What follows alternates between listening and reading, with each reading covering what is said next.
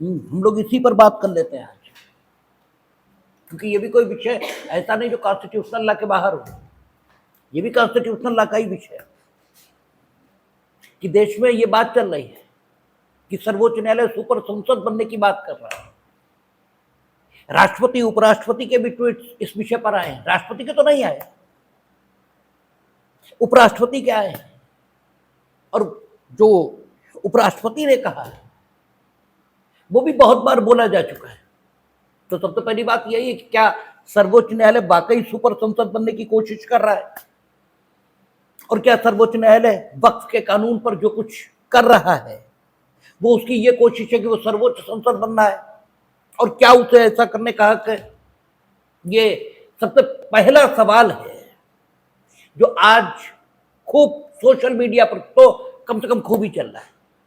लोग बात खूब लिख रहे हैं कि साहब सर्वोच्च न्यायालय सुपर संसद बनने की कोशिश कर रहा है और उसे ऐसा नहीं करना चाहिए। कुल मिलाकर जो लब्बो-लुआब है पोस्टों का वो इतना ही है। तो सबसे पहले यही देखना पड़ेगा कि क्या सर्वोच्च न्यायालय को ऐसा करने का हक है। तो इसके लिए सबसे पहले हमें यही देखना पड़ेगा कि आखिर सर्वोच्च न्यायालय या संसद ये जन्म कहां से लेती है।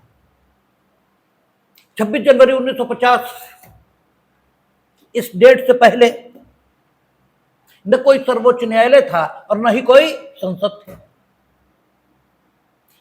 कॉन्स्टिट्यूशन ऑफ इंडिया ये हम ही ने बनाया और हम ही ने अडॉप्ट किया, और इसमें हम ही ने घोषणा की कि हम इसे आत्मा अर्पित करते हैं। और शब्दों पर ध्यान देना चाहिए।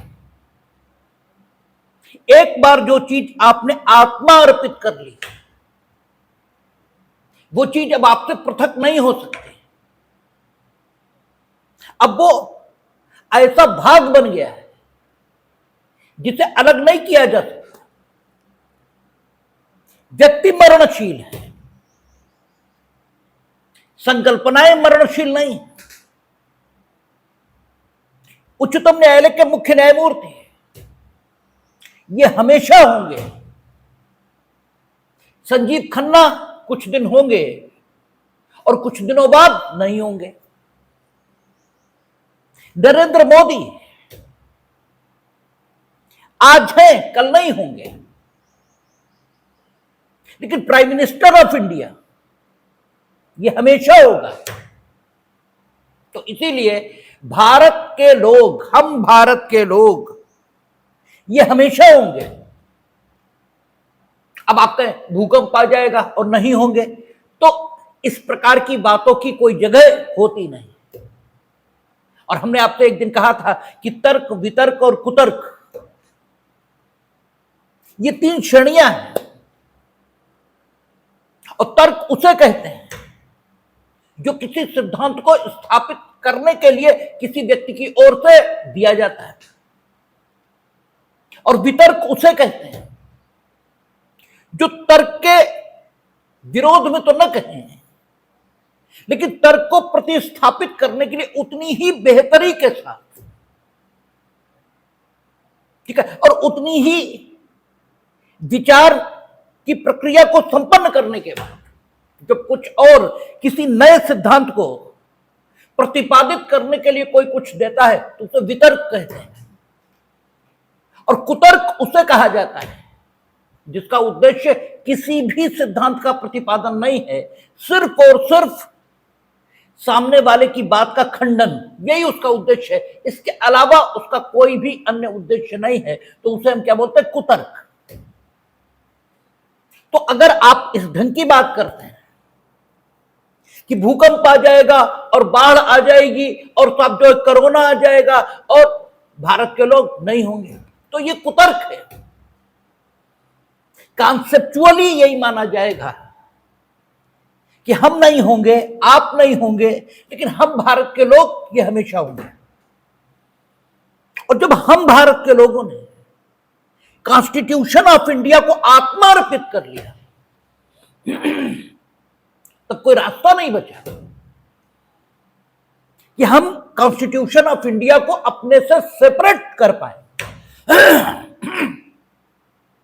अब एक ही रास्ता है हमारे पास कि we must function according to constitution of India.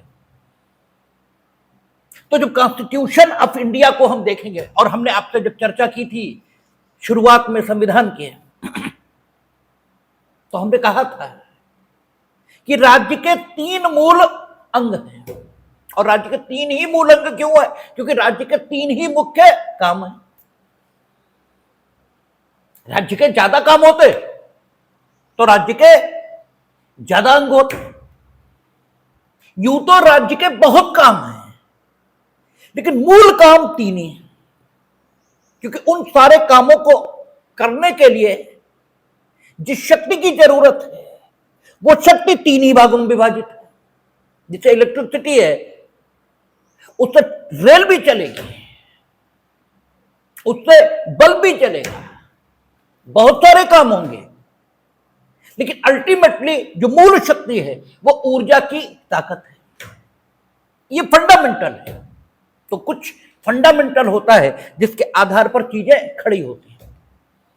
तो राज्य के फंडामेंटल एक्ट 3 ही हैं। बाकी सारे काम उन कामों का बाया प्रोडक्ट है। फंडामेंटल 3 ही। कौन कौन से? विधायन यानी कानून का निर्माण। कौन सा कानून बनेगा?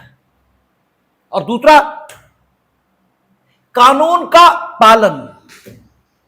क्योंकि अगर आप कुछ बनाएंगे और उसका खुद ही पालन नहीं करेंगे तो बनाए गए का कोई महत्व हो ही नहीं सकता। तब तो आप कानून का बनाना उसी प्रकार की क्रिया मान रहे हैं, यह माना जाएगा जैसे आप कहते हैं शुरू करो अंताक्षरी लेकर हरि का नाम, और समय बिताने के लिए करना है कुछ काम। फिर तो यह समय बिताने की प्रक्रिया बन गई है कि खाली बैठे थे कानून बना लिया, क्योंकि उसका कोई मतलब नहीं है आपके लिए। ठीक है, तो कानून अगर बनता है तो उसका पालन भी होना चाहिए, और यह राज्य का हक है कि वो बनाएगा कानून जिसके मुताबिक सोसाइटी यानी राज्य के लोग कार्य व्यवहार वे करेंगे। लेकिन उस कानून का पालन होना चाहिए। तो कानून का पालन कराना यह भी राज्य का काम है। अब राज्य कानून का ही पालन करा रहा है, यह देखना भी जरूरी है। ऐसा तो नहीं, क्योंकि राज्य अपने आप में एक अमूर्त चीज है। राज्य का अनुभव नहीं कर सकते। 2 शब्द आते हैं, लौकिक और अलौकिक। तो लौकिक क्या है और अलौकिक क्या है? ठीक है, अगर आप अपने आचरण पर ध्यान देंगे तो किसी भी शब्द को समझना मुश्किल नहीं होता। अलौकिक का मतलब आप कब कहते हैं कि बड़ा अलौकिक आनंद फील हुआ। ठीक है, बड़ा अलौकिक फीलिंग आ रही थी। अलौकिक फीलिंग का मतलब यह हुआ कि वो अनुभव जो आप ज्ञानेंद्रियों से अनुभव नहीं कर सकते थे, जो आप हमें शब्दों में नहीं बता सकते कि कैसा फील हो रहा था, आपकी आंखें जो देख रही थी वो दृश्य तो वही था जो हम देख रहे थे, लेकिन वो दृश्य आपको किस तरह का दिखाई दे रहा था, ठीक है, ये आप बता नहीं पा रहे, लेकिन आपकी आंखों ने कुछ और देखा है, हमने कुछ और देखा है। जिसे बताते ना कि कुछ उगता सूरज आपको इतना सुंदर लगा कि आपने उस पर पूरी कविता लिख दी, और हमें उसमें कुछ भी नजर नहीं आया। उगता सूरज ही आपने देखा, उगता सूरज ही हमने देखा, लेकिन आपने कुछ अलौकिक देखा है, हमने वो अलौकिक नहीं देखा। अलौकिक का मतलब सिर्फ इतना होता है कि जो ज्ञानेंद्रियों से दिखाई नहीं देता, ठीक है, और लौकिक का मतलब सिर्फ इतना ही है कि जो ज्ञानेंद्रियों से नजर आए। ठीक है, तो सवाल यह है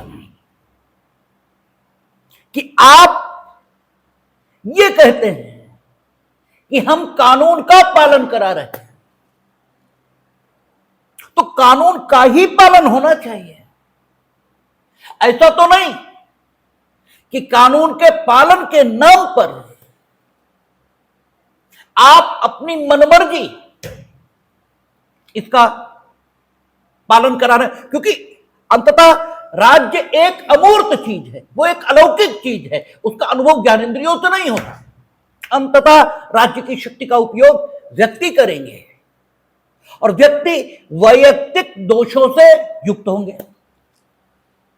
तो यह संभव है कि कानून इसके पालन के नाम पर व्यक्ति अपनी इच्छा का पालन कराना प्रारंभ कर दे। इसके कोई आर्गन चाहिए जो इस बात को सुनिश्चित करे कि जो कानून माना गया उसी का पालन हो। और अगर यह प्रश्न उठे कभी कि उसका पालन नहीं हुआ, जो कानून माना जा सकता है, तो कोई प्राधिकारी चाहिए जो न्याय निर्णयन कर सके कि कानून का पालन हुआ, और जिसका पालन हुआ वो कानून ही था या कानून के नाम पर मनमर्जी तो नहीं। और हर चीज के कुछ फंडामेंटल्स होते हैं, जैसे आग, इसका फंडामेंटल क्या है? जलाए, उसमें गर्मी होनी चाहिए, ठीक है ना। आग में गर्मी होनी चाहिए, आग में जलन होनी चाहिए।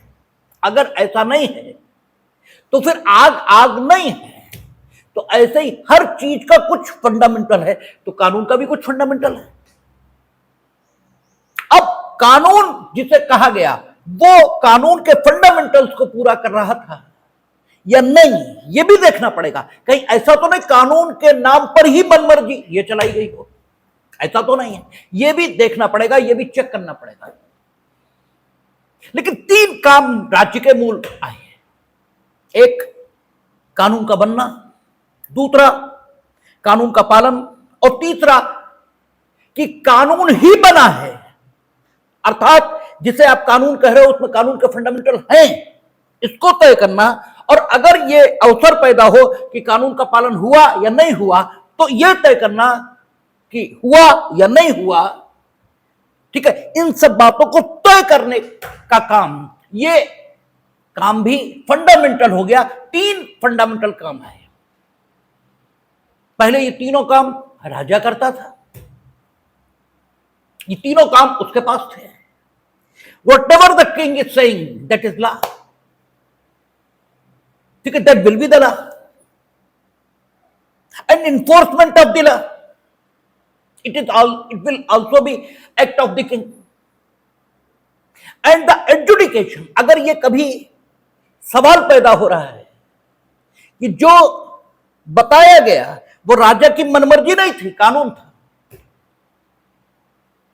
और उस कानून के मुताबिक ही व्यवहार हुआ, ये कभी प्रश्न उठता था, तो राजा ही निर्धारित करेगा।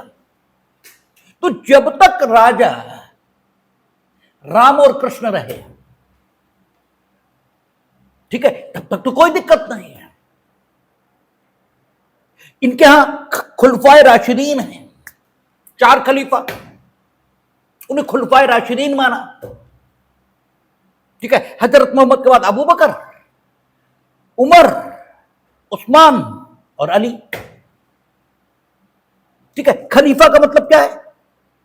जो धार्मिक मामलों का भी प्रमुख है और जो सांसारिक मामलों का भी प्रमुख है, मतलब उसमें इमाम की और राजा की दोनों की शक्तियां निवास कर रही हैं, वो खलीफा है। लेकिन बाकी खुलफाए राशिदीन नहीं है। यद्यपि खिलाफत का अंतर कमाल पाशा के साथ होता है तुर्की में, लेकिन बाकी खुलफाए राशिदीन नहीं माने गए। क्यों?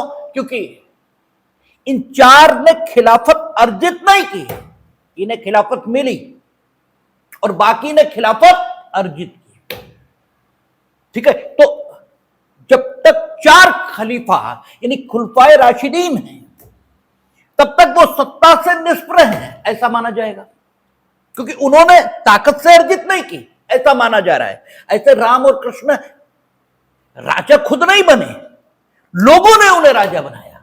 दोनों बातों में फर्क आ जाता है। जब आप राजा बन रहे हैं तो राजगद्दी आपके लिए इंपॉर्टेंट है, और जब लोग आपको राजा बना रहे हैं तो लोगों की आकांक्षाएं ये इंपॉर्टेंट हो जाती है, ठीक है ना। तो दोनों बातें बिल्कुल डिफर हो जाती हैं। तो इसलिए पहले ये शक्तियां राजा में निवास कर रही थी, लेकिन कालांतर में राजा निरंकुश होने लगे। तब मॉन्टेस्क्यू जन्म लेता है और तीनों शक्तियां अलग अलग कर दी गई। राजा की ही तीनों शक्तियां हैं, राज्य की ही तीनों शक्तियां हैं, और तीनों शक्तियां अलग अलग हो गई। तीनों राजन्य शक्तियां हैं, ठीक है। विधायन विधायिका करेगी, कानून संसद बनाएगी, और आपका execution of the laws government करेगी। और if there is a question कि what has been made by the legislature, वो कानून है भी या नहीं, क्योंकि हर चीज की कुछ विशेषताएं हैं, हर बात की कुछ, हर चीज के कुछ फंडामेंटल है। तो कानून का भी फंडामेंटल है कि वो निष्पक्ष होना चाहिए, वो युक्तिसंगत होना चाहिए, ठीक है, जस्ट, फेयर और रीजनेबल, ये तीन गुण उसमें होने ही चाहिए। और हम भारत के लोगों ने कुछ आत्मार्पित किया है, तो उस आत्मार्पित को जो हमने किया है उसके विपरीत हम कर ही नहीं सकते, क्योंकि आप अपने स्वभाव के विपरीत कैसे कर लेंगे। आत्मार्पित जो कुछ आपने कर लिया उसके अगेंस्ट आप जाएंगे कैसे। और अगर कुछ ऐसा है जो दिखता ऐसा है कि ये उस व्यक्ति के द्वारा बनाया गया हो ही नहीं सकता जिसने कॉन्स्टिट्यूशन ऑफ इंडिया को आत्मार्पित किया है, तो फिर इसका मतलब यह हुआ कि वो जो कुछ सामने रखा है वो इस व्यक्ति का कृत्य नहीं है, बल्कि इसने किसी के प्रभाव में इसको बनाया है। तो उसे कम से कम संसद का कानून नहीं कहा जा सकता। कॉन्सेप्चुअली, संकल्पनात्मक दृष्टिकोण से वो नहीं कहा जा सकता कि वो संसद का कानून है, क्योंकि संसद में जो बैठे हैं वे भारत के लोग हैं, और भारत के लोगों ने कॉन्स्टिट्यूशन ऑफ इंडिया को आत्मार्पित किया है। तो अगर कोई कानून भारत की संसद से आया है और वो उस व्यक्ति द्वारा अधिनियमित प्रतीत नहीं होता जिसने कॉन्स्टिट्यूशन ऑफ इंडिया को आत्मार्पित किया है, तो कम से कम यह नहीं माना जा सकता कि यह भारत की संसद का कानून है। यद्यपि स्थूल रूप में वो भारत की संसद का दिखाई देता है, लेकिन वो भारत की संसद का नहीं है। ये ठीक वैसे ही है जैसे कई बार आप कुछ करते दिखाई देते हैं, लेकिन जो आप करते दिखाई देते हैं, ठीक है, वो करना आपका उद्देश्य नहीं होता। और अक्सर जो समाज सेवा की चीजें होती इसीलिए होती है। आप गरीबों की सहायता करते दिखाई देते हैं, इसलिए नहीं कि आपके मन में गरीबों के प्रति कोई करुणा है, प्रेम है, और गरीबों की सेवा करना आप अपना धर्म मानते नहीं। अगर ऐसा हो तो अखबार में न छपे तो भी आप गरीबों की सेवा करोगे, लेकिन जरा दिल पर हाथ रखो और फिर हमें बताओ, अगर अखबारों में न छपे तो कितने लोग गरीबों की सेवा करेंगे, ठीक है, कितने जो गरीबों की सेवा करेंगे। आप पढ़ते हो इसलिए नहीं कि पढ़ाई आपको ठीक लगती, बिल्कुल नहीं। आप इसलिए पढ़ते हो ताकि नौकरी लग जाएगी और चोरी करने का अवसर प्राप्त होगा, इसलिए पढ़ते हो, ठीक है। तो पढ़ाई के प्रति आपका कोई लगाव है कैसे माना जाए, और जबकि आप पढ़ते दिखाई देते हो, ठीक है ना। इसका मतलब आप ऐसे भी काम कर सकते हो जिसमें काम का जो प्रकट उद्देश्य है, ठीक है ना, उससे आपका कोई संबंध, कोई कनेक्शन हो ही ना, ऐसे भी किया जा सकता है और करते हो रोज। आपके पिताजी कहते हैं पड़ोसी के लड़के ने ये अचीव कर लिया और तुम कुछ कर ही नहीं रहे, तुम भी पढ़ो। इसका मतलब पिताजी क्या कह रहे हैं? पिताजी ये कह रहे हैं कि पड़ोसी के लड़के ने जो कुछ अचीव किया उसे अचीव करने के लिए तुम पढ़ो, इसलिए नहीं कि पढ़ाई ठीक है, इसलिए नहीं, ठीक है ना। और जब आप पढ़ोगे तो लगेगा ऐसा कि मानो आप पढ़ने के लिए पढ़ रहे हो, क्योंकि बिल्कुल गलत बात है, नहीं पढ़ रहे हो। और इसीलिए जब आप वो अचीव कर लेते हो तो पढ़ाई जिसने की है पढ़ने के लिए, उससे आपका व्यक्तित्व तो एकदम डिफर नजर आता है। चाणक्य भी पढ़ा लिखा है और तुम भी पढ़े लिखे हो, लेकिन उसका व्यक्तित्व तो एकदम अलग नजर आता है और आपका व्यक्तित्व तो एकदम अलग नजर आता है। तो देखना यह पड़ेगा कि कॉन्स्टिट्यूशन ऑफ इंडिया को जिसने आत्मार्पित किया है, क्या वो व्यक्ति इस प्रकार का कानून बना सकता है? इस सब पर परीक्षण होना आवश्यक है। और इस सब के परीक्षण के लिए आखिर कौन अधिकृत है? राज्य ही अधिकृत है, ठीक है। और राज्य का वो अंग जिसे न्यायपालिका कहा जाता है वही अधिकृत है, क्योंकि स्वयं प्राचीन काल में यह शक्ति राजा की थी और राजा ही तय करता था। पांडु पर स्वयं अभियोग है और स्वयं पांडु ने लगाया है, ठीक है ना। जो पांडवों के पिता हैं स्वयं उन पर अभियोग है, स्वयं पांडु ने लगाया है, स्वयं पांडुवादी हैं, ये स्वयं पांडु परिवादी हैं और स्वयं पांडु ही अभियुक्त है और स्वयं पांडु ही निर्णायक है, राजा भी वही है, ठीक है। लेकिन हैसियत डिफरेंट हो रही है और स्वयं पांडु राजा के तौर पर, स्वयं पांडु व्यक्ति को, ठीक है, दंड दे रहे हैं, लेकिन दंड का एक्सटेंट, दंड का विस्तार, दंड की जो मात्रा है उसको इसलिए कम कर रहे हैं क्योंकि स्वयं पांडु ने उस अभियोग को पांडु के विरुद्ध योजित किया है जो किसी को नहीं मालूम था, सिर्फ उन्हें ही मालूम था। इसलिए उनकी जो एक पश्चाताप की वृत्ति है वो उसमें दिखाई दे रही। ये एक मिटिगेटिंग सर्कमस्टांस है जो दंड के विस्तार को कम करने की अपेक्षा करती है। इसलिए मृत्युदंड नहीं, किंतु राज्य त्याग करना पड़ेगा।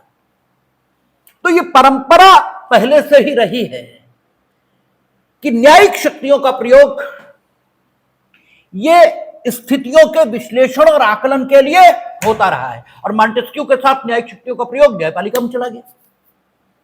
आज की डेट पर न्यायपालिका, सुप्रीम कोर्ट, तो सुप्रीम कोर्ट सर्वोच्च संसद का काम नहीं कर रहा वक्त के कानून पर। सुप्रीम कोर्ट सिर्फ अपनी भूमिका का निर्वहन कर रहा है, ठीक है। कि क्या वक्त का कानून कानून है, यानी कानून की जो मान्यताएं हैं उनका फॉलोअप कर रहा है?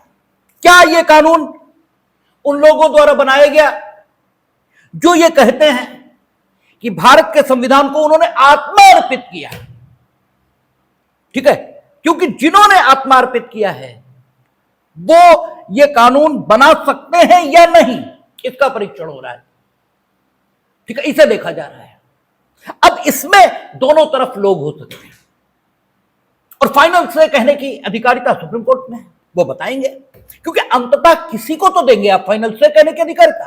और वो प्रारंभिक काल हमेशा से राजा को ही रहा, यानी राजा को ही तीन शक्तियां रही हैं, तीनों शक्तियां राजा की।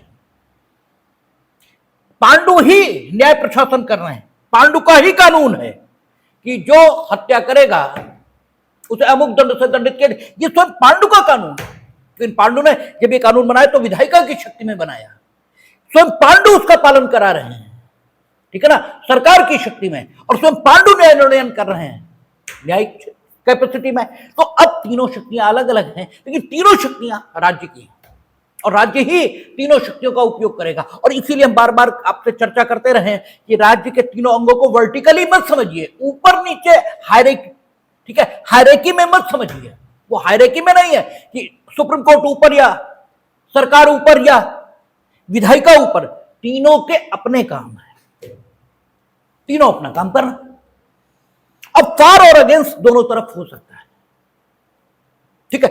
हम अपनी बात करेंगे, कि हमारे हिसाब से क्या है। हमने पूरा संशोधन पढ़ा है, उसमें कहीं भी कुछ ऐसा नहीं है। दो बातें ऐसी हैं जिस पर हमें ऑब्जेक्शन लगता है कि होना चाहिए। एक बात कही, वो ये कही कि जो व्यक्ति 5 साल इस्लाम की प्रैक्टिस कर लेगा वही वक्फ करेगा, इसके अलावा कोई नहीं। ठीक है, मतलब मिनिमम 5 साल आप मुसलमान रह चुके हो तभी आप वक्फ करेंगे, अदरवाइज वक्फ नहीं करेंगे। अगर करेंगे तो दैट विल बी इलीगल। ये एक चीज लगती है जो ऑब्जेक्शनेबल हो सकती है, बिकॉज जो व्यक्ति आया है इस्लाम में वो जब चाहे वक्त करे, आपको इससे क्या लेना देना। ये हमें गलत लगता है कि ऐसा नहीं होना चाहिए, लेकिन इसी का दूसरा आयाम भी है। अच्छा, और दोनों पर फैसला करने का हक सुप्रीम कोर्ट का है। इसका दूसरा आयाम यह है कि चूंकि वक्फ करना यह धार्मिक कृत्य क्योंकि है क्या, आपको धर्म की स्वतंत्रता है। और सबसे पहले इस चीज को समझ लेना चाहिए कि धर्म की स्वतंत्रता का अर्थ क्या हो सकता है। धर्म आपका एक विश्वास है, ठीक है, और धर्म ईश्वर के अस्तित्व को स्वीकार करता हो जरूरी नहीं है। ठीक है, जैसे जैनिज्म है, ठीक है, बुद्ध है, ये ईश्वर के अस्तित्व को स्वीकार नहीं करते, दोनों नहीं करते। दोनों कहते हैं ईश्वर नाम की कोई चीज नहीं है, ये सिर्फ अस्तित्व है, ये सारा अस्तित्व बस है, और मरकर व्यक्ति इस अस्तित्व का भाग बन जाता है। ठीक वैसे ही जैसे कि जब दिया बुझता है तो लौ कहां चली जाती है, आखिर कोई जगह तो होगी जहां चली जाती है। तो लौ इस अस्तित्व के साथ एक रस हो जाती है, अस्तित्व में लौ है। और जब दिया जलाते हैं आप तो अस्तित्व में चूंकि लौ है, इसलिए अस्तित्व से लौ प्रकट हो जाती है। ऐसे ही जब आपका जन्म होता है तो आप अस्तित्व में थे और अब नजर आने लगे। जब मर जाएंगे तो आप होंगे किंतु इस अस्तित्व के साथ एक रस हो जाएंगे। इससे परमात्मा नहीं है, सिर्फ अस्तित्व है।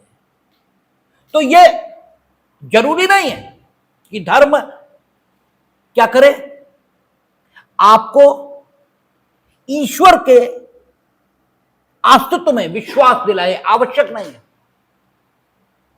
यह आवश्यक है कि धर्म जीवन का ढंग है।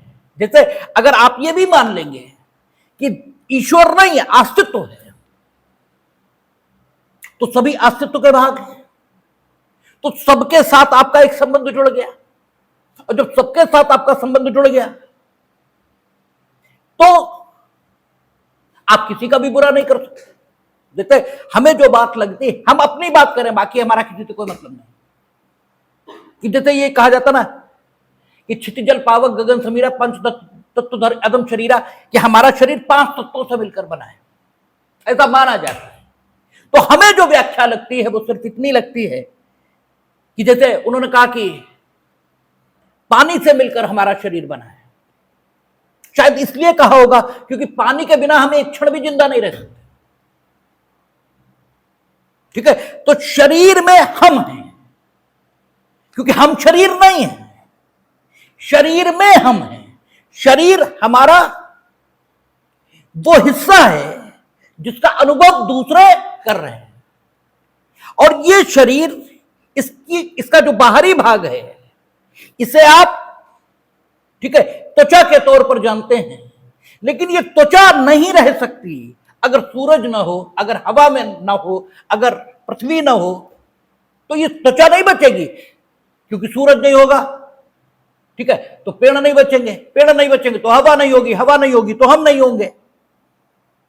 तो अंततः हमारे शरीर की जो बाहरी परत है वो हमारी त्वचा नहीं, सूर्य है, ऐसे भी माना जा सकता है, ऐसे भी बोला जा सकता है। ठीक है, तो शायद यही बात रही होगी। तो सवाल है कि धर्म, धर्म जीवन का एक ढंग है। वो अगर ईश्वर के अस्तित्व में आप विश्वास करके चलेंगे तो भी दूसरों से आपको जुड़ना सिखाएगा, और अगर आप ईश्वर के अस्तित्व को नकारेंगे तो भी आपको दूसरों से जुड़ना ही सिखाएगा। धर्म हमेशा आस्तिक हो जरूरी नहीं है, धर्म नास्तिक भी हो सकता है। अच्छा, धर्म, जब आप कोई बात अपने स्पिरिचुअल वेलबींग के लिए, अपने व्यक्तित्व के विकास के लिए, अपनी शांति के लिए जरूरी मानेंगे तो वो आपका धर्म है, आप उस हिसाब से जीना चाहते हैं। ठीक है, राज्य को कोई मतलब नहीं इससे, होना भी नहीं चाहिए, है भी नहीं। और सदियों से जो ठीक लोग रहे हैं उन्होंने दूसरे के जीने के ढंग में हस्तक्षेप कभी किया भी नहीं। इसीलिए कहा जाता secularism is best policy. What? Secularism best policy है। सेकुलरिज्म के नाम पर आप कुछ भी शुरू कर देंगे, वो बेस्ट पॉलिसी थोड़ी है। सेकुलरिज्म है बेस्ट पॉलिसी, बट सेकुलरिज्म होना तो चाहिए। और फिर देखना पड़ेगा सेकुलरिज्म का मतलब क्या है। धर्म के प्रति दो बातें हो सकती हैं, क्योंकि किसी भी विचार के प्रति आप दो प्रकार के भाव रख सकते हैं। एक, हम कुछ नहीं करेंगे, हम पैसिव एटीट्यूड रखेंगे किसी भी बात के प्रति, जो अपने आप हो रहा है होता रहे। हम जो हो रहा है न उसे तेज करेंगे और न जो हो रहा है उसे धीमा करेंगे, पैसिव एटीट्यूड रखेंगे, जो हो रहा हो। एक एक्टिव एटीट्यूड है। एक्टिव एटीट्यूड, अगर हम जो हो रहा है उसे खराब समझते हैं तो धीमा करेंगे, और अगर हम जो हो रहा है उसे अच्छा समझते हैं तो तेज करेंगे। डीन राजगोपाल ने कानून का उपयोग इसी ढंग से करना चाहा है और इसी को सोशल इंजीनियरिंग कहा है। ठीक है ना। तो धर्म, इसके प्रति एक पैसिव एटीट्यूड हो सकता है जो चीन में है। ठीक है, इररिलीजन का पैसिव एटीट्यूड है। ठीक है, और बल्कि पैसिव एटीट्यूड है ये भी ना कहें, बल्कि एक्टिव एटीट्यूड है, और धर्म को उन्होंने खराब माना है, इससे धर्म के विरोध में है उनका एटीट्यूड। और हिंदुस्तान में भी कुछ बेवकूफ टाइप के लोग हैं जो ये कहते हैं धर्म अफीम है, धर्म एक गलत बात है। ठीक है, वो मूर्ख हैं, क्योंकि धर्म तो व्यक्ति को व्यक्ति से जोड़ने की चीज है। सवाल यह है कि धर्म के नाम पर आपने जो शुरू कर रखा है वो गलत है। ठीक है ना। तो कुछ ऐसे लोग हैं, और कुछ ये है कि धर्म के प्रति पैसिव एटीट्यूड रहेगा, और कुछ लोग ये हैं कि धर्म ठीक बात है और इसके प्रति हमारा एक्टिव एटीट्यूड रहेगा। अब मजेदार है कि हिंदुस्तान के संविधान में, क्योंकि हिंदुस्तान के संविधान का अधिकृत अर्थान्वयन करने का हक न्यायपालिका का है, और वो हर जगह राज्य के न्यायिक अंग का ही रहा है। और हिंदुस्तान का संविधान क्या है, संसद भी उसी से आ रही, सुप्रीम कोर्ट भी उसी से आ रहा, तो संसद वही बना सकती है जो संविधान अनुमति देता है, और सुप्रीम कोर्ट उन्हीं शक्तियों का उपयोग कर सकता है क्योंकि जो संविधान अनुमति देता है, क्योंकि सब कुछ संविधान का क्रिएशन है। 26 जनवरी 1950 से पूर्व कुछ भी नहीं था, न संसद न सुप्रीम कोर्ट। इससे सब कुछ उसी घेरे में होगा और सब कुछ कॉन्स्टिट्यूशन ऑफ इंडिया के मुताबिक ही देखा जाएगा।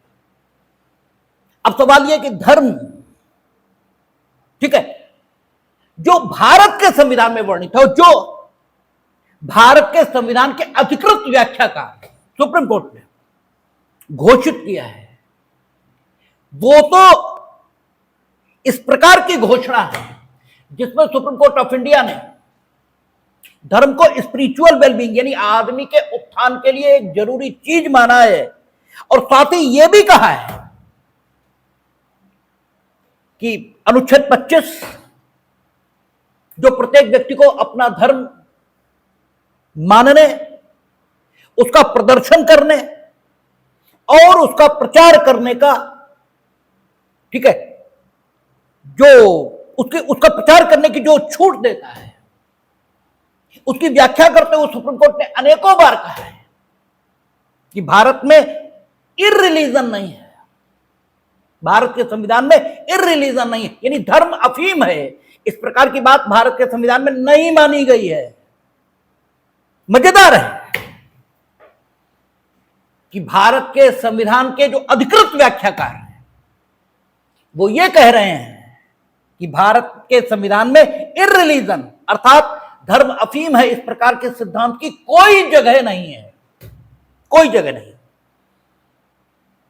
और जो भारत के संविधान के अधिकृत व्याख्याकार बन बैठे हैं, है नहीं, है तो सुप्रीम कोर्ट, जो बन बैठे हैं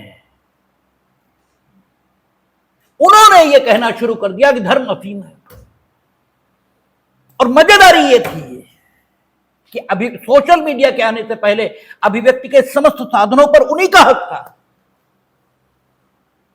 इसलिए सुप्रीम कोर्ट की बात तो लोगों तक आई ही नहीं, वो तो किताबों तक सीमित रह गई।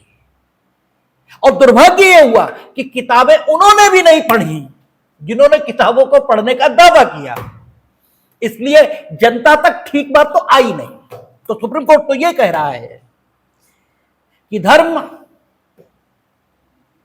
ठीक है, इर्रिलीजन के रूप में हिंदुस्तान में नहीं माना जाएगा। एसआर बम्बई अधिकृत व्याख्या है उसकी। एसआर बम्बई में कहा है उन्होंने कि धर्म जीने का ढंग है और सभी धर्मों के प्रति समान भाव ये राज्य का काम है, सभी के प्रति समान भाव। अच्छा, दूसरी बात उन्होंने कही कि धर्म की स्वतंत्रता में उन सारे कामों को करने की स्वतंत्रता है जो आवश्यक माने गए हैं उस विश्वास को धारित करने के लिए, जिस विश्वास को आपने धर्म माना है। क्योंकि आपकी कुछ मान्यता होती है, तो मान्यता तो अंदर होती है, उस मान्यता के मुताबिक जब आप जीना शुरू करते हैं, ठीक है, तो आपके कुछ प्रकार के काम होते हैं जो प्रकट होकर इस बात की सूचना समाज को देते हैं कि आप अमुक मत के मतावलंबी हैं या आप अमुक सिद्धांत के मानने वाले हैं। ये होता है। तो उन्होंने कहा अगर धर्म की स्वतंत्रता है, एसआर बम्बई में ये कोट किया उन्होंने, तो निश्चित तौर पर भारत के नागरिकों को वे जिस मत को, जिस सिद्धांत को धर्म मानते हैं, उस सिद्धांत या मत के प्रकटीकरण का हक भी उन्हें है। और उस प्रकटीकरण को करने के लिए जिन भी गतिविधियों को करने की जरूरत हो वो सब करने का उन्हें हक है। लेकिन अनुच्छेद 25, बस यही पार्ट आपको उन लोगों ने कभी बताया ही नहीं जो संविधान के अधिकृत व्याख्याकार बन बैठे हैं। नहीं, उन्होंने यह भी कहा कि जो आपके धर्म यानी आपका जो सिद्धांत या मत है अपनी आंतरिक उन्नति के लिए, उसके लिए जो कुछ करना जरूरी है वो सब करना आपका हक है। उसे करने में कोई स्टेट, कोई हस्तक्षेप नहीं कर सकता। और वो करने के लिए जिस स्थान की जरूरत है, उस स्थान को मंदिर कहा गया हो, मस्जिद कहा गया हो, गुरुद्वारा कहा गया हो, चर्च कहा गया हो, उसे बनाने का, उसका प्रबंध करने का हक भी आपको ही है। आप कर सकते हैं, कोई दिक्कत नहीं। लेकिन हर काम के दो, ठीक है, भाग होते हैं। एक भाग उसका ऐसा होता है जो उद्देश्य से इस प्रकार एसोसिएट है कि उसे अलग नहीं किया जा सकता। दूसरा भाग ऐसा होता है जो उद्देश्य से एसोसिएट बिल्कुल नहीं है, वो काम को ठीक ढंग से करने के लिए बनाया गया है। जैसे मंदिर पुजारी होगा, ये ऐसा भाग है हिंदू धर्म का जिसे हिंदुओं से अलग नहीं किया जा सकता। मंदिर पुजारी नहीं होगा तो कौन करेगा भाई? हमें तो कभी काम लगेगा, कुछ होगा तो हम जाएंगे नहीं मंदिर। तो मंदिर में चूंकि प्राण प्रतिष्ठा है, ठीक है, विग्रह में, तो उसे भूख लगेगी, ऐसा हमारी मान्यता है। तो खाना कौन खिलाएगा, सुलाएगा कौन, क्या करेगा? तो पुजारी होगा। लेकिन पुजारी की नियुक्ति कैसे होगी? कौन पुजारी होगा? हिंदुओं में कौन पुजारी होने के योग्य होगा? यह आवश्यक भाग नहीं है। यह तय किया जा सकता है कि पुजारी कौन होगा, उसकी नियुक्ति किस ढंग से होगी, उसे कितनी तनख्वाह मिलेगी, उसके वर्किंग आवर क्या होंगे, अगर वो बीमार हो गया तो किस प्रकार की व्यवस्था होगी, ठीक है, मंदिर में किसको कहां तक जाने की इजाजत होगी। ये सारी चीजें ऐसी हैं जो धर्म से जुड़ी नहीं है, ठीक है ना। ये सेकुलर एक्टिविटीज हैं which are associated with religious activities. तो दोनों बातों को अलग करके देखना पड़ेगा। तो अनुच्छेद 25 आपको धर्म की स्वतंत्रता देता है, ठीक है ना। तो हम जो कह रहे थे कि हम इस बात से असहमत हैं कि ये कहा कि 5 साल जिसने इस्लाम की प्रैक्टिस कर ली है वही वक्फ बनाएगा। लेकिन हमने कहा था कि इसके विरोध में भी तर्क हैं, और इसके विरोध में तर्क यही है कि हम ये कब कह रहे हैं कि वक्फ नहीं बनेगा। जब वक्फ उस ढंग से नहीं बनेगा जिस ढंग से हजरत मोहम्मद बता कर गए। हम सिर्फ इतना कह रहे हैं कि जरा सोचने समझने का अवसर रहे, क्योंकि वक्फ का तात्पर्य यह होगा सारा स्वामित्व खुदा में चला जाएगा, that will be non transferable, फिर वो ट्रांसफर नहीं होगा। तो ये सेकुलर एक्टिविटी से जुड़ा हुआ मामला है, ठीक है। आप बनाना चाहते हैं, ठीक है, बना दीजिए, लेकिन इसमें एक ही दिक्कत बस है, क्योंकि 5 साल तक एज ए मुसलमान हम जिंदा रहेंगे, इसकी क्या गारंटी है भाई? हम आज मुसलमान हैं, हम आज वक्फ करना चाहते हैं, हम कल मर जाएंगे, तो हम 5 साल जिंदा ही रहेंगे, इसकी क्या गारंटी है? तो ये थोड़ा अनरीजनेबल हमें लग रहा है, और ये अनकॉन्स्टिट्यूशनल हो भी सकता है, आगे चलकर हो जाए। पूरा वक्फ तो नहीं होगा, ये गारंटी लिख लो, कहीं नहीं होगा, क्योंकि पूरा वक्फ होना ही नहीं चाहिए। देखिए, वक्फ का जन्म कहां से हो रहा है? 2 बातें, मुस्लिम विधि का जो स्रोत है कुरान है, हदीस है। हदीस 2 प्रकार की है, सुन्नतुल कौल है, सुन्नतुल फ़ैल है। सुन्नतुल फ़ैल का मतलब हजरत मोहम्मद के जीवन में जो स्थितियां आई, उसमें उन्होंने जिस ढंग का आचरण किया उसको आदर्श माना गया, और उसके मुताबिक आचरण करने की बात की गई है। सुन्नतुल कौल वो है जो उन्होंने मुंह से कहा। तो बताते ही हैं कि वक्त की शुरुआत यहां से होती है। हजरत उमर ने कहीं कोई भूखंड खरीदा था, कहां खरीदा ये हिस्टोरिकल विषय हमारे मतलब का नहीं, इसलिए हमें पता नहीं। और उन्होंने हजरत मोहम्मद से पूछा कि इसका सर्वाधिक अच्छा उपयोग क्या हो सकता है। तो उन्होंने कहा कि सर्वाधिक अच्छा उपयोग हो सकता है कि इसका जो स्वामित्व है इसको तो बांध दो, और इसका जो फल है इसको बांट दो। अब इस सेंटेंस का जो अर्थ था वो ये कि इसका स्वामित्व तो खुदा में व्यस्त कर दो। वो नॉन ट्रांसफरेबल हो गया, अब वो खुदा में व्यस्त है, अब आगे नहीं बढ़ेगा, यही रहेगा हमेशा। और इसका फल बांट दो, यानी संपत्ति से जो निकल रहा है वो बांट दो। किसमें? गरीबों में, मजलूमों में, विधवाओं में, जरूरतमंदों में, वो बांट दो। यहां से वक्त शुरू होता है, ठीक है, वक्फुल कौल से, वो सुन्नतुल कौल से।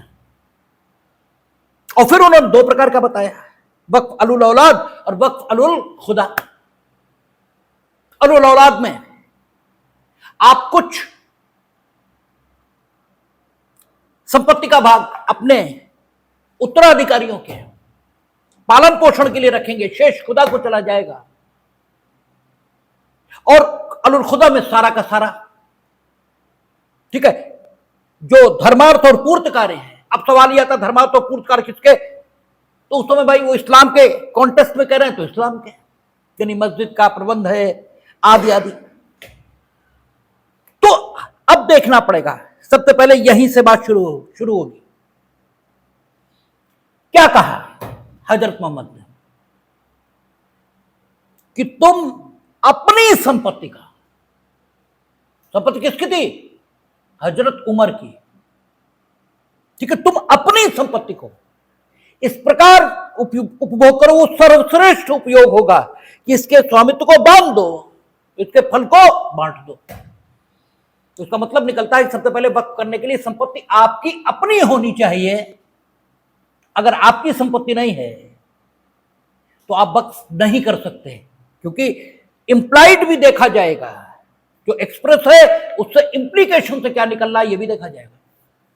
तो अगर कानून में यह कहा गया कि आप सरकारी संपत्ति का वक्फ नहीं करेंगे तो क्या गलत कहा, आप दूसरे की संपत्ति का वक्फ नहीं करेंगे तो क्या गलत कहा, ठीक है। अब आप कहते हैं कि हमने अपनी ही संपत्ति का किया, तो भाई एक नॉर्मल प्रोसेस क्या है कि अगर किन्हीं भी बिंदुओं पर विवाद होगा तो अंतिम निर्णय न्यायालय का आएगा। तो यही कहा कि वक्फ बोर्ड नहीं होगा, वक्फ की जो ट्रिब्यूनल है वो तय नहीं करेगी, हाई कोर्ट और सुप्रीम कोर्ट। ये तो नहीं कहा कि सरकार तय करेगी और सरकार इनकी ही रहेगी, ये तो कहा नहीं। सरकार कल बदल जाएगी।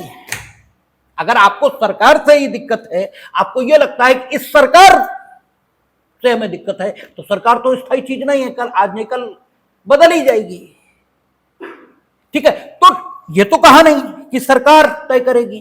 भाई ये तो डिस्प्यूट हो सकता है कि ये जमीन आपकी है या नहीं।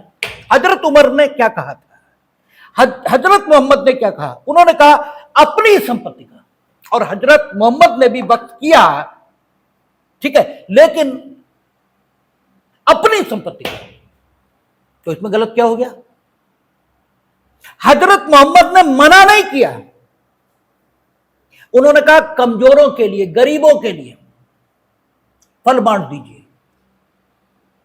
इसका मतलब यह हुआ कि कमजोरों और गरीबों तक वक्फ का फल पहुंचे, यह हजरत मोहम्मद का विवेक्षित निर्देश है। आज क्या हो रहा है, वक्फ प्रॉपर्टी पर 5 स्टार होटल बना है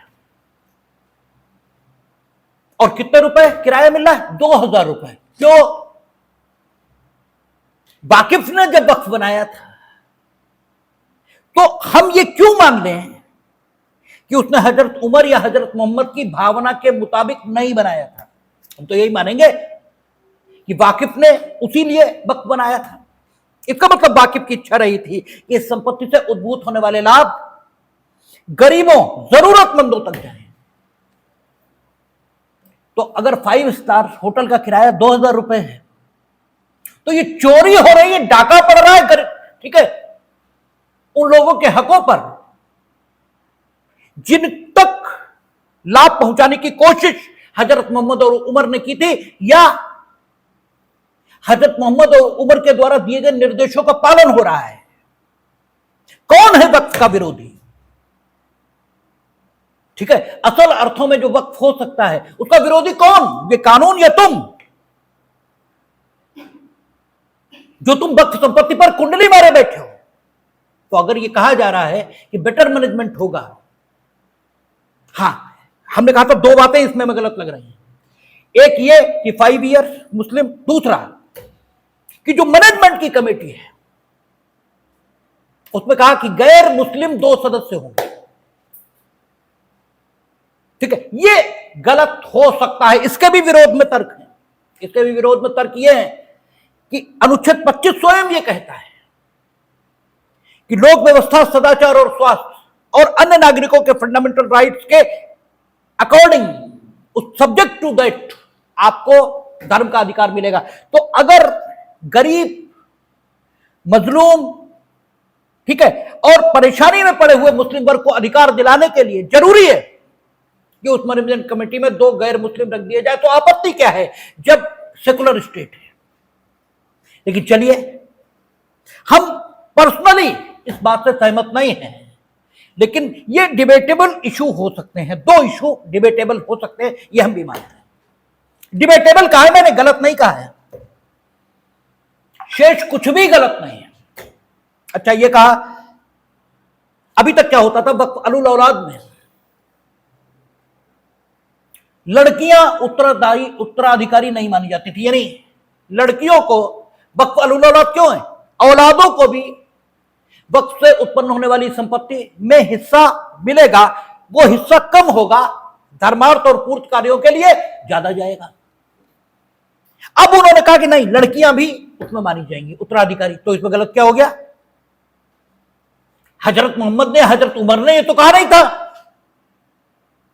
लड़कियां नहीं होंगी, उन्होंने तो कहा था गरीब, मजलूम, कमजोर, जरूरतमंद, ठीक है, इनके लिए, ठीक है, वक्फ संपत्ति का उपभोग होना चाहिए। तो लड़कियां उसमें नहीं है, ऐसा कैसे आ गया? ये तो नहीं आया, ठीक है। मुस्लिमों में जो बैकवर्ड्स कम्युनिटी के लोग हैं, वे भी वक्फ बोर्ड में, यानी प्रबंध वक्फ बोर्ड उसे कहें या क्या कहें, वो वक्फ एक्ट में, क्योंकि नाम कभी महत्व की चीज नहीं हो सकता। वक्फ का प्रबंध, वक्फ संपत्ति का प्रबंध करने वाली जो समिति होगी, उसमें मुस्लिमों में जो बैकवर्ड हैं वो भी रहेंगे। इसमें क्या गलत हो गया भाई? इसमें क्या गलत हुआ है? अच्छा, यह कहा कि वक्फ आगे से आप क्रिएट करेंगे तो वक्फ डीड करेंगे, यानी वक्फ विलेख के माध्यम से ही वक्फ हो सकेगा। अभी तक क्या हो रहा था, जैसे एडॉप्शन है, एडॉप्शन में आपने देखा था कि एडॉप्शन डीड हो, यह जरूरी नहीं है एडॉप्शन के लिए, ठीक है, लेकिन एडॉप्शन डीड अगर है तो एडॉप्शन को साबित करने में सहायता मिलती है। तो अब सिर्फ इतना कहा है कि वक्फ डीड होगी, और यह भी कहा है कि जो संपत्तियां आज तक वक्फ नहीं थी, ठीक है ना, वो सॉरी, जो संपत्तियां आज तक वक्फ थी किंतु डीड से निर्मित नहीं हुई थी, वे सब संपत्तियां वक्फ का जो रजिस्टर है उसमें दर्ज कराइए आप, और दर्ज कराने के लिए जब आप दावा करेंगे तो इस बात की जांच चलेगी कि यह संपत्ति वक्फ है या नहीं है। यद्यपि उस संपत्ति का वक्फ की तरह उपयोग होता आया है, जांच चलेगी, अर्थात क्या यह संपत्ति वक्फ की जा सकती थी, इस बात की जांच होगी। क्योंकि संपत्ति कौन सी वक्फ हो सकती थी? हजरत उमर ने अपना भूखंड वक्फ किया था। अगर आपने सरकार की संपत्ति वक्फ कर दी तो भले ही उस संपत्ति का वक्फ की तरह उपयोग होता आया, वो वक्फ हो ही कैसे सकता था? जैसे अवयस्क संविदा कर ही कैसे सकता है? और अगर अवयस्क की कोई संविदा तो शून्य है। और यह कहा कि अगर आप ये साबित कर देंगे, ठीक है, कि नहीं ये संपत्ति वाकिफ की थी, तो ठीक है, वो भले ही डीड से क्रिएट ना हो, उसे हम वक्फ रजिस्टर में दर्ज कर लेंगे और हम उसे वक्फ मानेंगे। आगे से इस एक्ट के पास होने के बाद आप जब वक्फ करोगे तो डीड से, ठीक है, मौखिक नहीं। तो इसमें क्या गलत है भाई? एक चीज सुप्रीम कोर्ट ने भी रोक लगाई है, इन्होंने ये कहा कि वो संपत्ति जो डीड से वक्फ नहीं की गई लेकिन वक्फ की तरह उपयोग होती आई है, वो वक्फ है या नहीं, इसकी जांच कलेक्टर करेंगे। और कलेक्टर अगर ये पाते हैं ये वक्फ है तो वक्फ रजिस्टर में दर्ज हो जाएगी, भले ही डीड से हो या ना हो। इन्होंने ये कहा था जब तक कलेक्टर जांच करके फाइनली ये नहीं कह देते कि ये वक्फ ठीक है और है, तब तक उसे वक्फ नहीं माना जाएगा। सुप्रीम कोर्ट ने कहा कि नहीं, ये नहीं होगा। अगर कलेक्टर फाइनली ये कहते हैं कि ये वक्फ नहीं की जा सकती थी, तब वक्फ नहीं माना जाएगा, जब तक जांच चल रही तब तक वक्फ माना जाएगा। बस इतनी सी बात आई है। इसका मतलब यह हुआ कि माइनर कॉन्ट्राडिक्शंस हो सकते हैं जिन पर बात हो सकती है। बाकी यह कहना कि वक्फ जैसा कानून हिंदुस्तान का संविधान अस्तित्व में होने के कारण और धर्म की स्वतंत्रता होने के कारण किया ही नहीं जा सकता, यह बात पूरी तरह गलत है। पूरी तरह बनाया जा सकता है। इवन यहां तक कहा है कि धर्म की स्वतंत्रता आपको है, लेकिन अगर धर्म की स्वतंत्रता ये आड़े आ रही है अन्य लोगों के धार्मिक अधिकारों के, तो नहीं होगी। जैसे पंजाब में सिखों की एक स्कूल में यह कहा कि जो सिख बाल कटा लेंगे, केश उनका वो माना है ना, और जो लड़कियां आईब्रो सेट करा लेंगी उन्हें विद्यालय में प्रवेश नहीं मिलेगा। इसको गलत माना क्या? नहीं, ठीक है, ये इसेंशियल पार्ट नहीं है। और अगर हो भी केश कक्ष कंगा और कृपाण अगर है भी, तो भी स्टेट सेकुलर है। ठीक है, स्टेट सेकुलर है, प्रत्येक नागरिक को अपनी मान्यताओं के मुताबिक जीने का हक है, और उसके जीवन की सुविधाओं में किसी प्रकार की कोई कमी आप अपने धर्म के आधार पर नहीं कर सकते। उन्होंने कहा पर्दा ये इस्लाम का आवश्यक भाग नहीं है, क्योंकि धर्म एकदम अलग बात है। ठीक है, और धर्म से जुड़ी हुई प्रैक्टिसेस भी अगर अनुच्छेद 14, 15, 16, क्योंकि क्या कहा धर्म की स्वतंत्रता के लिए, आपको धर्म की स्वतंत्रता है लोक व्यवस्था, सदाचार और स्वास्थ्य, और साथ ही इस भाग के अन्य उपबंधों के, इस भाग के नहीं, भाग 3 के यानी फंडामेंटल राइट्स के, उनके अकॉर्डिंग होकर आपको धर्म की स्वतंत्रता है, आपको एब्सोल्यूट धर्म की स्वतंत्रता नहीं है। तो ये बिल्कुल नहीं कहा जा सकता। अच्छा, फिर एक चीज और, हम बैठे हुए अपने ऑफिस में बैठे थे, पड़ोस में चर्चा चल रही थी, तो हम तो सुन रहे थे, केवल हम मात्र श्रोता थे, और हम उन्हें जो लोग चर्चा कर रहे थे उन्हें मालूम भी नहीं था कि हम इधर बैठे हैं। वो मुक्त चर्चा हो रही थी। वो कह रहे थे कि वक्फ मुसलमानों के फायदे के लिए। पहली बात तो कहा नहीं हजरत मोहम्मद ने, ये नहीं कहा था। उन्होंने कहा था कि और कम से कम हजरत मोहम्मद के अनुयायी उन्हें जिस स्तर पर मानते हैं, उस स्तर के व्यक्ति से ये कहा जाना, या उस स्तर का व्यक्ति ये कहेगा, ये थोड़ा अविश्वसनीय भी है। हजरत मोहम्मद ने ये नहीं कहा था कि इस्लाम के मानने वाले, क्योंकि उस समय भी अरब प्रायद्वीप में सिर्फ इस्लाम नहीं था, मोसेस उससे पहले हो चुके थे और यहूदी थे, ईसा उससे पहले हो चुके थे और ईसाई थे। ये अलग बात है कि इस्लाम के अनुयायी ईसा को भी पैगंबर मानते हैं अपना, और मोसेस को भी अपना पैगंबर मानते हैं। क्यों? हमने आपको कहा था कि हजरत इब्राहिम, ठीक है, इनके 2 पत्नियां हैं, सारा और हाजरा।